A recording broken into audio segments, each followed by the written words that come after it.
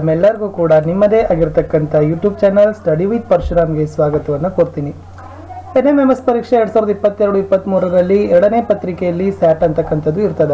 ಇಲ್ಲಿ ಸಮಾಜ ವಿಜ್ಞಾನ ವಿಷಯದಲ್ಲಿ 12ನೇ ಪಾಠ ಶಿಲಾಗೋಳ ಪಾಠದ 4ನೇ ಭಾಗದಲ್ಲಿ ಮೋಸ್ಟ್ ಇಂಪಾರ್ಟೆಂಟ್ ಆಗಿರ್ತಕ್ಕಂಥ 25 ಕ್ವಶನ್ಸ್ ಹಾಗೂ ಲಾಸ್ಟ್ ಪಾರ್ಟ್ ಅಲ್ಲಿ ಇರ್ತಕ್ಕಂಥ ಇದು ವಿಡಿಯೋ ಆಗಿದೆ.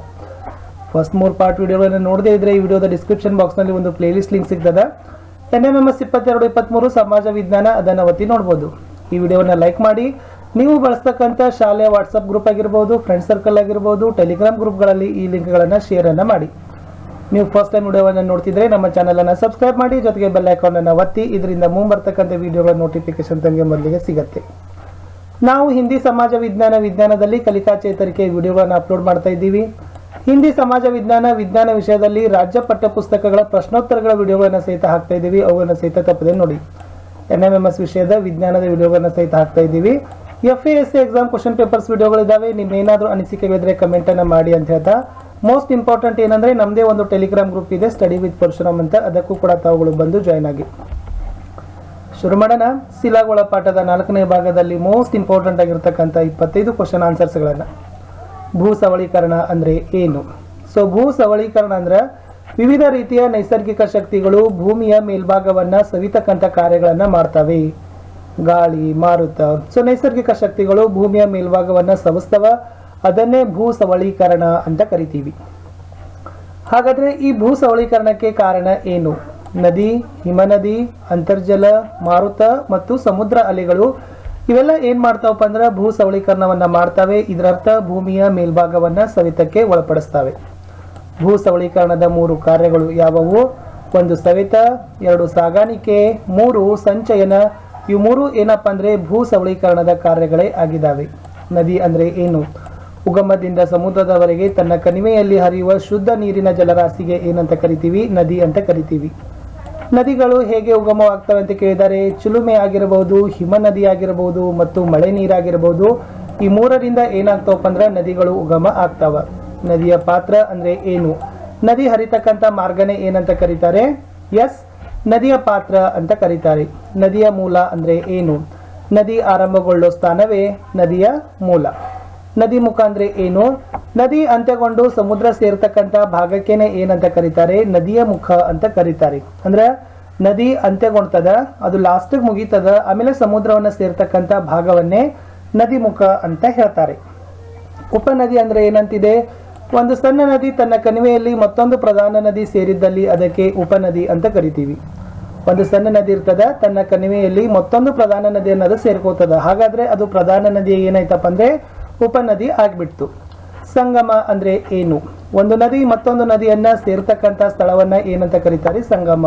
ಒಂದು ಇನ್ನೊಂದು ನದಿ ಏನಾಗ್ತದ? ಕೂಡ್ತಕ್ಕಂಥದ್ದು, ಒಂದಾಗ್ತಕ್ಕಂಥ ಸ್ಥಳವೇ ಸಂಗಮ ಅಂತ ಹೇಳೋದು. ನದಿಯ ಪಾತ್ರದ 3 ಹಂತಗಳು ಯಾವುವು? ಮೇಲ್ಕಣಿವೆ ಪಾತ್ರ, ಮಧ್ಯಕಣಿವೆ ಪಾತ್ರ ಮತ್ತು ಕೆಳಕಣಿವೆ ಪಾತ್ರ ಅಂತಕ್ಕಂಥದ್ದು. ನದಿ ಪಾತ್ರದಲ್ಲಿ 3 ಹಂತಗಳನ್ನು ನಾವುಗಳು ನೋಡ್ತೀವಿ. ಮಹಾಕಂದರ ಯಾವ ಆಕಾರದ ಕಣಿವೆಗಳು ಆಗಿದ್ದಾವೆ? ಸೊ ಮಹಾಕಂದರಗಳು ಮುಖ್ಯವಾಗಿ ಏನಾಗ್ತಾವಪ್ಪ ಅಂದ್ರೆ ಪಿ ಆಕಾರದ ಕಣಿವೆಗಳು ಆಗಿರ್ತಾವ. ಖಂಡಾಂತರ ಹಿಮನದಿಗಳನ್ನ ಹೆಸರಿಸಿ. ಒಂದು ಗ್ರೀನ್ಲ್ಯಾಂಡ್ ಬರ್ತದ, ಇನ್ನೊಂದು ಅಂಟಾರ್ಟಿಕ್ ಬರ್ತದ. ಇವೆರಡು ಏನಪ್ಪ ಅಂದ್ರೆ ಖಂಡಾಂತರ ಹಿಮನದಿಗಳಾಗಿದ್ದಾವೆ. ಮೋಸ್ಟ್ ಇಂಪಾರ್ಟೆಂಟ್ ಆಗಿರತಕ್ಕಂಥ ಕ್ವಶನ್.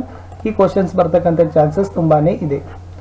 ಅಮೆರಿಕಾದಲ್ಲಿ ಕಂಡು ಬರ್ತಕ್ಕಂಥ ಬಿಸಿ ನೀರಿನ ಬುಗ್ಗೆ ಯಾವುದು? ಓಲ್ಡ್ ಫೇತ್ಫುಲ್ ಗೇಜರ್ ಅಂತ ಇದೆ. ಓಲ್ಡ್ ಫೇತ್ಫುಲ್ ಗೇಜರ್ ಇದು ಅಮೆರಿಕ ದೇಶದಲ್ಲಿ ಕಂಡು ಬರ್ತಕ್ಕಂಥ ಒಂದು ಬಿಸಿ ನೀರಿನ ಬುಗ್ಗೆಗೆ ಉದಾಹರಣೆ ಆಗಿದೆ. ಆರ್ಟಿಸಿಯನ್ ಬಾವಿ ಯಾವ ದೇಶದಲ್ಲಿ ಕಂಡು ಬರ್ತದ? ಆಸ್ಟ್ರೇಲಿಯಾದಲ್ಲಿ ಕಂಡು ಬರ್ತದ. ಇದು ಇಂಪಾರ್ಟೆಂಟ್ ಇದೆ, ಇಲ್ಲಿಂದ ಕ್ವಶನ್ಸ್ ಬಂದಿತ್ತು. ಕರ್ನಾಟಕದಲ್ಲಿ ಸುಣ್ಣಕಲ್ಲಿನ ಗುಹೆಗಳು ಎಲ್ಲಿ ಕಂಡು ಬಂದವ? ಅಕ್ಕಳಕವಿ ಗುಹೆ ಉತ್ತರ ಕನ್ನಡ ಜಿಲ್ಲೆ ಇದೆ. ಈ ಉತ್ತರ ಕನ್ನಡ ಜಿಲ್ಲೆಯಲ್ಲಿ ಅಕ್ಕಳಕವಿ ಗುಹೆಗಳಲ್ಲಿ ಸುಣ್ಣಕಲ್ಲಿನ ಗುಹೆಗಳು ಏನ್ ಮಾಡಿದಾವೆ ನೋಡ್ತಾರೆ. ಆಂಧ್ರ ಪ್ರದೇಶದಲ್ಲಿ ಸುಣ್ಣಕಲ್ಲು ಗುಹೆಗಳು ಎಲ್ಲಿ ಕಂಡು ಬಂದಾವೆ ಅಂತ ಕೇಳಿದ್ದಾರೆ. ಬೇಲ ಮತ್ತು ಬೋಹ್ರಾ ಗುಹೆಗಳು. ಈ ಬೇಲ ಮತ್ತು ಬೋಹ್ರಾ ಇವೆರಡು ಗುಹೆಗಳು ಏನಿದಾವಪ್ಪ ಅಂದ್ರೆ ಆಂಧ್ರ ಪ್ರದೇಶ ರಾಜ್ಯದಲ್ಲಿ ಸುಣ್ಣಕಲ್ಲಿನ ಗುಹೆಗಳೇ ಆಗಿದ್ದಾವೆ. ಕಾರ್ಸ್ಟ್ ಟೋಪೋಗ್ರಫಿ ಅಂದ್ರೆ ಏನು?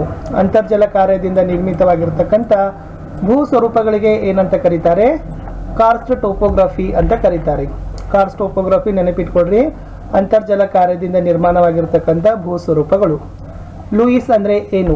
ಮರುಭೂಮಿಗಳ ಅಂಚಿನಲ್ಲಿ ನುಣುಪಾದ ಹಳದಿ ಬಣ್ಣದ ಮಣ್ಣಿನ ಕಣಗಳಿಂದ ಸಂಚಯನಗೊಂಡ ಪ್ರದೇಶಕ್ಕೆ ಲೋಯಿಸ್ ಅಂತ ಕರೀತಾರೆ. ಇದು ಲೋಯಿಸ್ ಅಂತ ಆಗಬೇಕು. ಸೊ ಲೋಯಿಸ್ ಮರುಭೂಮಿಗಳ ಅಂಚಿನಲ್ಲಿ ನುಣುಪಾಗಿರ್ತಕ್ಕಂಥ ಹಳದಿ ಬಣ್ಣದ ಮಣ್ಣಿನ ಕಣಗಳಿಂದ ಸಂಚಯಿತಗೊಂಡ ಪ್ರದೇಶವೇ ಲೋಯಿಸ್ ಅಂತ ಕರೀತಾರೆ. ಮಾರುತಗಳ ಕಾರ್ಯ ಎಲ್ಲಿ ಕಂಡು ಬರ್ತದ? ಶುಷ್ಕ ಅಥವಾ ಮರುಭೂಮಿ ಪ್ರದೇಶ ಅಂತಿದೆ. ಈ ಶುಷ್ಕ ಅಥವಾ ಮರುಭೂಮಿ ಪ್ರದೇಶಗಳಲ್ಲಿ ಮಾರುತಗಳನ್ನು ನಾವುಗಳು ನೋಡ್ತೀವಿ. ಮರುಭೂಮಿಯಲ್ಲಿ ಕಂಡು ಬರುವ ಭೂ ಸ್ವರೂಪಗಳು ಯಾವುವು? ಅರ್ಧ ಚಂದ್ರಾಕೃತಿಯ ಮರಳು ದಿನ್ನೆಗಳಂತಿದ್ದಾವೆ. ಈ ಅರ್ಧ ಚಂದ್ರಾಕೃತಿಯ ಮರಳು ದಿನ್ನೆಗಳು ಮರುಭೂಮಿಯಲ್ಲಿ ಕಂಡು ಬರ್ತಕ್ಕಂಥ ಭೂ ಸ್ವರೂಪಗಳೇ ಆಗಿದ್ದಾವೆ. ಸಮುದ್ರದ ಅಲೆಗಳ ಕಾರ್ಯಗಳ ಯಾವ ಪ್ರದೇಶದಲ್ಲಿ ಕಂಡು ಬರ್ತವೆ? ಕರಾವಳಿ ಅಂತ ಕರಿತೀವಿ. ಈ ಕರಾವಳಿಗಳಲ್ಲಿ ಮುಖ್ಯವಾಗಿ ಏನಾಗ್ತದಪ್ಪ ಅಂದ್ರೆ ಸಮುದ್ರದ ಅಲೆಗಳ ಕಾರ್ಯಗಳ ಪ್ರದೇಶವನ್ನು ನಾವು ನೋಡ್ತೀವಿ. ಅಂತರ್ಜಲ ನಿರ್ವಹಿಸುವ ಕಾರ್ಯಗಳು ಯಾವುವು? ಅದು ಕೂಡ ಸವೆತ, ಸಾಗಾಣಿಕೆ ಮತ್ತು ಸಂಚಯನ ಅಂತ ಬರ್ತದೆ. ಈ ಮೂರು ಕೂಡ ಏನಪ್ಪಾ ಅಂದ್ರೆ ಅಂತರ್ಜಲ ನಿರ್ವಹಿಸ್ತಕ್ಕಂಥ ಕಾರ್ಯಗಳೇ ಆಗಿದ್ದಾವೆ. ಬಿಸಿ ನೀರಿನ ಚಿಲುಮೆಗಳು ಎಲ್ಲಿ ಕಂಡು ಬರ್ತವೆ? ಜ್ವಾಲಾಮುಖಿ ಪ್ರದೇಶಗಳಲ್ಲಿ. ಸೊ ಚಿಲುಮೆಗಳಲ್ಲಿ ಬಹಳಷ್ಟು ವಿಧಗಳನ್ನ ಕಾಣ್ತೀವಿ. ಅಲ್ಲಿ ಬಿಸಿ ನೀರಿನ ಚಿಲುಮೆಗಳು ಅಂತ ಇದೆ. ಈ ಬಿಸಿ ನೀರಿನ ಚಿಲುಮೆಗಳನ್ನು ನಾವು ಏನ್ ಮಾಡ್ತೀವಿ ವಿದ್ಯಾರ್ಥಿಗಳೇ? ಜ್ವಾಲಾಮುಖಿ ಪ್ರದೇಶಗಳಲ್ಲಿ ಕಾಣ್ತೀವಿ.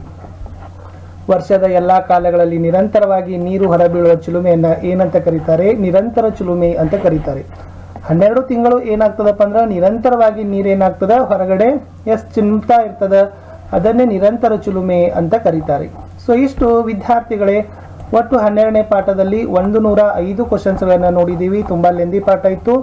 ಮತ್ತೆ ಇಂಥ ಪಾಠದಿಂದನೇ ಕ್ವಶನ್ಸ್ಗಳು ಏನಾಗ್ತಾವಪ್ಪ ಅಂದ್ರೆ ಬರ್ತಾವ. ಸೊ ಅದಕ್ಕಾಗಿ ತುಂಬಾ ನಾವು ಡೀಟೇಲ್ ಆಗಿರ್ತಕ್ಕಂಥ ನಿಮ್ಮ ಸ್ಟಡಿಗೆ ಯೂಸ್ ಆಗ್ತಕ್ಕಂಥ ವಿಡಿಯೋಸ್ಗಳನ್ನ ನಾವು ಪೋಸ್ಟನ್ನು ಮಾಡ್ತಾ ಹೋಗ್ತೀವಿ. ಸೊ ದಯಮಾಡಿ ವಿಡಿಯೋಗಳನ್ನು ಲೈಕ್ ಮಾಡಿ. ನೀವು ಬಳಸ್ತಕ್ಕಂಥ ಶಾಲೆ ಟೆಲಿಗ್ರಾಮ್ ಗ್ರೂಪ್ಗಳಲ್ಲಿ ಶೇರ್ಗಳನ್ನು ಮಾಡಲಿಕ್ಕೆ ಮರೆದಿರಿ. ಸೊ ದಯಮಾಡಿ ಚಾನಲನ್ನು ಸಬ್ಸ್ಕ್ರೈಬ್ ಜೊತೆಗೆ ಬೆಲ್ ಐಕಾನನ್ನು ತಾವುಗಳು ಒತ್ತೋದ್ರಿಂದ ನಾವು ಹಾಕ್ತಕ್ಕಂಥ ಮುಂದೆ ಬರ್ತಕ್ಕಂಥ ಎಲ್ಲ ವಿಡಿಯೋಗಳ ಅದು ಸಮಾಜ ವಿಜ್ಞಾನ ಆಗಿರ್ಬೋದು, ವಿಜ್ಞಾನ ಆಗಿರ್ಬೋದು, ಕಲಿಕಾ ಚೇತರಿಕೆಗಳಾಗಿರ್ಬೋದು, ಪ್ರಶ್ನೆ ಪತ್ರಿಕೆಗಳಾಗಿರ್ಬೋದು, ಓಕೆ NMMS ವಿಷಯದ ಹೊರತುಪಡಿಸಿ ನಿಮಗೆ ಬಹಳಷ್ಟು ಬೆನಿಫಿಟ್ ಆಗಿರ್ತಕ್ಕಂಥ ವಿಡಿಯೋಗಳನ್ನು ನಮ್ಮ ಚಾನಲ್ನಲ್ಲಿ ನಾವು ಪೋಸ್ಟ್ ಮಾಡ್ತಾನೆ ಇರ್ತೀವಿ. ಸೊ ಅವೆಲ್ಲ ವಿಡಿಯೋಗಳು ನಿಮ್ಗೆ ಏನಾಗ್ತಾವಪ್ಪ ಅಂದ್ರೆ ಬೆನಿಫಿಟ್ ಆಗಿ ಸಿಗ್ತಾವ.